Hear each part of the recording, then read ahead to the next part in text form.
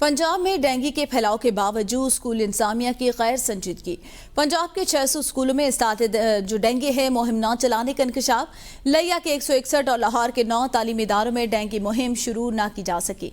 महकमा तालीम ने मुतल्लिका एजुकेशन अथॉरिटी से जवाब भी तलब कर लिया। पंजाब के 600 स्कूलों में डेंगू मुहिम अभी तक ना चलाई जा सकी। लिया के 161, लाहौर के 9 तालीमी इदारों में अभी तक मुहिम नहीं चलाएगी। महकमा तालीम ने मुतल्लिका एजुकेशन अथॉरिटी से जवाब तलब कर लिया।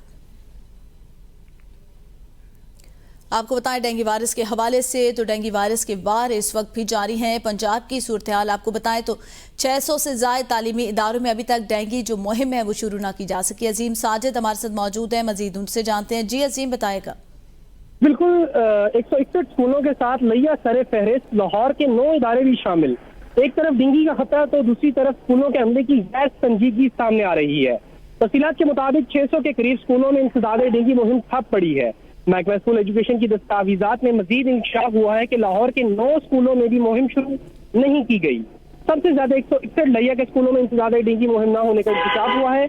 महकमा स्कूल एजुकेशन ने मज़कूरा एजुकेशन अथॉरिटी से जवाब तलब कर लिया और कहा कि 2 दिन के अंदर इस गफलत का जवाब दिया जाए। जी सही जवाब तलब कर लिया गया एजुकेशन अथॉरिटी से। बहुत शुक्रिया साजिद।